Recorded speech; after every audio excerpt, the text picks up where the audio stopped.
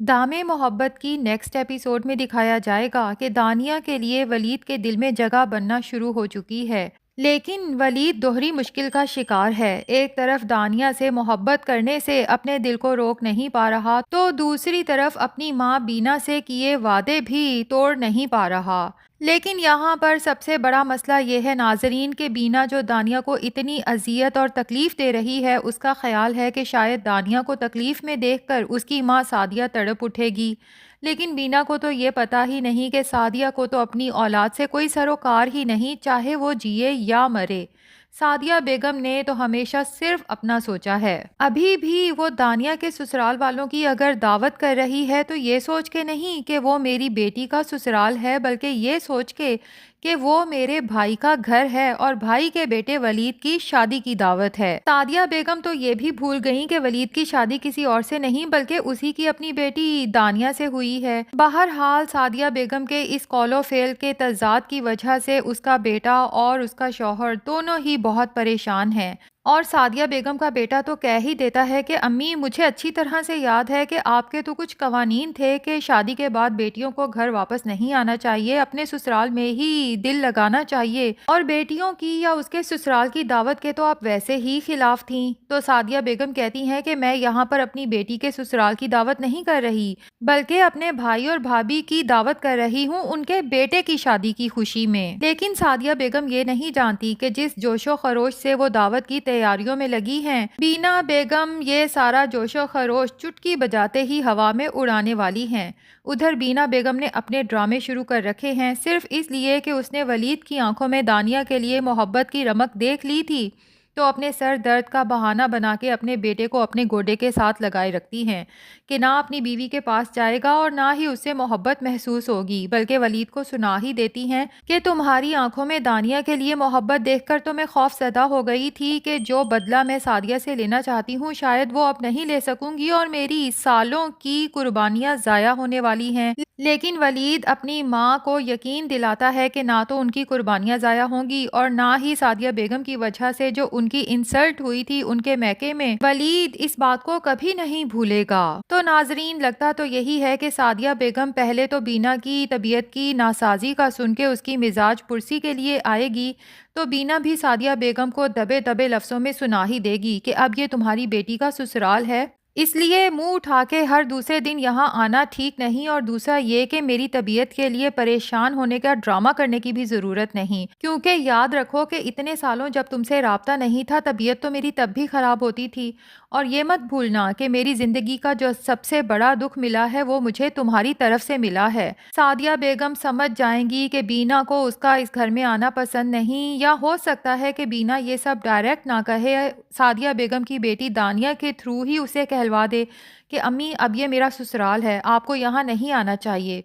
لیکن سعدیہ بیگم ویسے دانیہ کے کہنے پہ تو ٹلنے والی نہیں ہے، ان کی ڈائریکٹ جب تک بےزتی نہیں ہوگی وہ ڈھٹائی سے آتی رہیں گی۔ خیر اب سعدیہ بیگم جب عماد کے سامنے بینا اور سب گھر والوں کو دعوت کے لیے مدعو کریں گی تو اس وقت تو بینا اور ولید دونوں ہی ہنستے ہنستے یہ دعوت کا انویٹیشن قبول کر لیں گے، لیکن ایک بار پھر وہی ہوگا، بینا ولید سے کہے گی اور ولید دانیہ سے کہ تم ابو سے کہو گی کہ اس دعوت پر تم نہیں جانا چاہتی اور آج کے بعد تم اپنی ماں کے گھر کبھی جانا ہی نہیں چاہتی۔ یہاں پر عماد حیران ہوگا کہ آخر دانیہ اتنا بڑا فیصلہ کیسے کر سکتی ہے، اور یہ بھی ممکن ہے کہ بینا اپنی طرف سے سعدیہ بیگم کو تکلیف دینے کے لیے دانیہ کو گھر چھوڑ کے ہی باقی فیملی کو لے کے دعوت پر پہنچ جائے، اور وہاں جا کر جب محسوس کرے کہ سعدیہ بیگم کو تو اس بات سے فرق ہی نہیں پڑ رہا کہ اس کی بیٹی دعوت پر نہیں آئی، تو بینا سعدیہ کو تڑپانے کے لیے دانیہ کو اس سے بڑھ کر کوئی تکلیف دینے کا پلان بنائے گی۔ دوسری طرف ناظرین چونکہ اب فارا ہاتھ دھو کے مراد حسین کے پیچھے پڑ چکی ہے،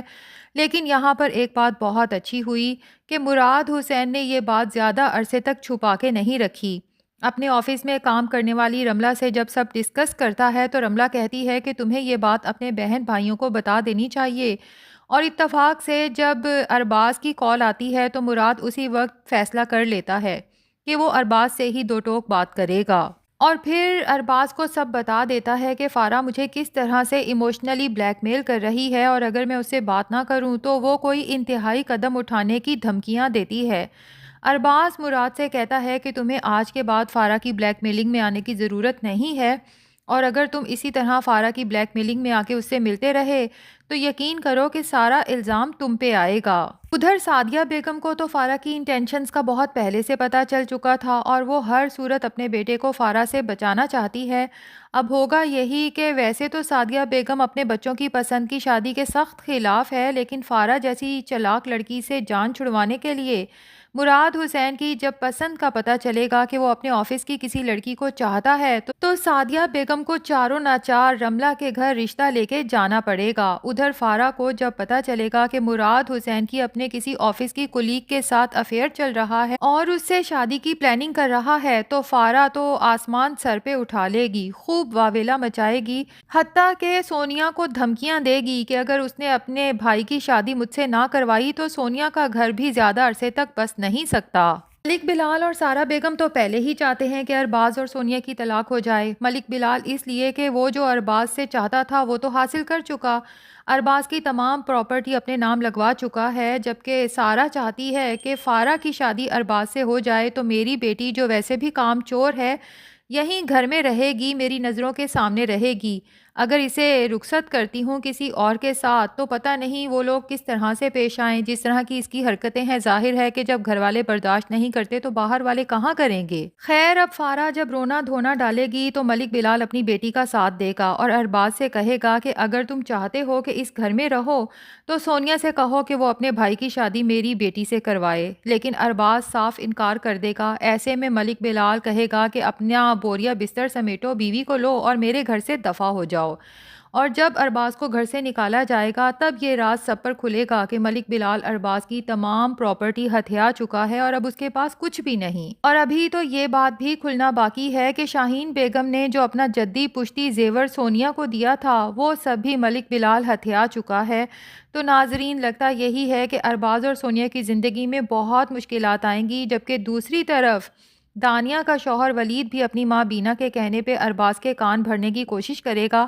تاکہ ارباز سونیا پر وہی ظلم و ستم کرے جو ولید اپنی ماں کے کہنے پہ سونیا کی چھوٹی بہن دانیہ پہ کر رہا ہے۔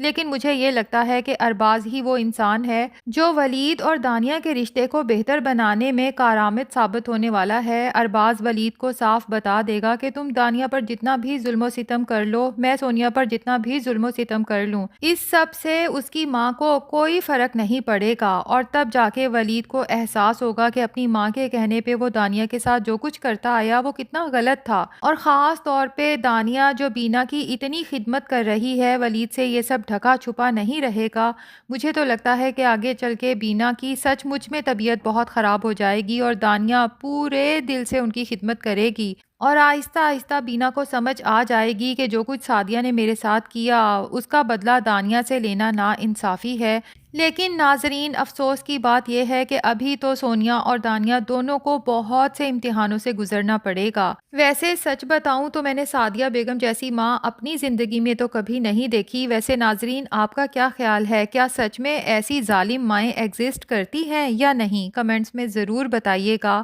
ریویو پسند آیا ہے تو ویڈیو کو لائک اور چینل کو سبسکرائب بھی کر دیں۔